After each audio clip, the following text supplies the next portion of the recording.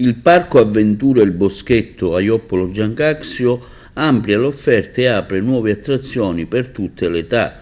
Grazie per l'appunto al comune di Joppolo Giancaxio, in collaborazione con il Galsicani, che da diversi anni intrattengono dei percorsi di sviluppo reale del territorio, creando non solo infrastrutture ma posti di lavoro e un indotto per tutto il territorio.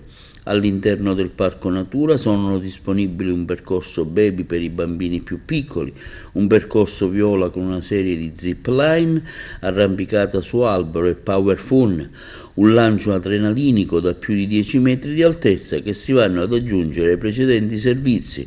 Il Parco Avventure ormai è diventato un punto di riferimento per tutti coloro che vogliono passare una giornata di divertimento immersi nella natura a Joppolo Giancaxio.